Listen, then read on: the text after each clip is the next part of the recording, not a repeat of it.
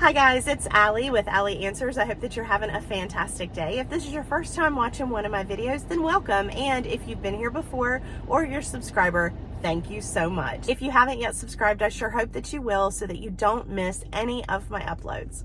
So unless you're living under a rock, you know that right now it is open enrollment season. And that means that people all over the United States over the age of 65 have the option to choose their Medicare plans. That also means that they can opt out of their Medicare plans.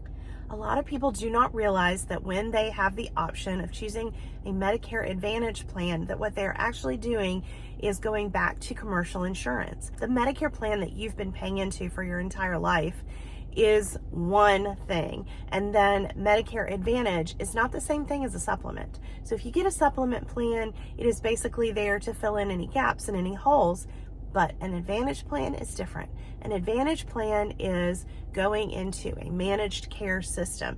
It's basically going back to commercial insurance rather than using your Medicare that you've paid into. What that has meant to my clients, and I've seen that over and over again, is they may have saved money from the beginning. Maybe they were not paying a whole lot of money to get on the plan or every month after.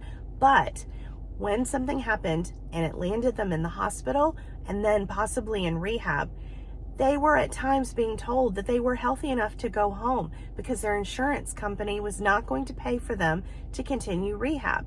And I can tell you from firsthand experience that that's not always the case. What has happened to some people is that they have been told that their coverage is no longer going to cover them getting more rehab. So they can go home or they can privately pay for the rehab that they want to have. I'm talking about people that are not weight bearing, that cannot get up and walk to the bathroom. They cannot even transfer themselves into a wheelchair, but yet their insurance is not going to pay for rehab any longer. No one needs rehab till they need it. And trust me, when you need physical therapy, speech therapy, when you need occupational therapy, you want to be able to pay for it. No one wants to be in a nursing home rehab, but if you need it, it is one of the very best places for you to be. You have a physical therapist, an occupational therapist, and a speech therapist who can be there to help you. And if you have any wounds that need care, you'll have wound nurses and wound doctors looking out after you. This is not the time to go home. When you or your loved one is fragile and you need the care that your Advantage plan is refusing to give you, talk to the social worker at the building where you are. Find out how to switch to regular Medicare.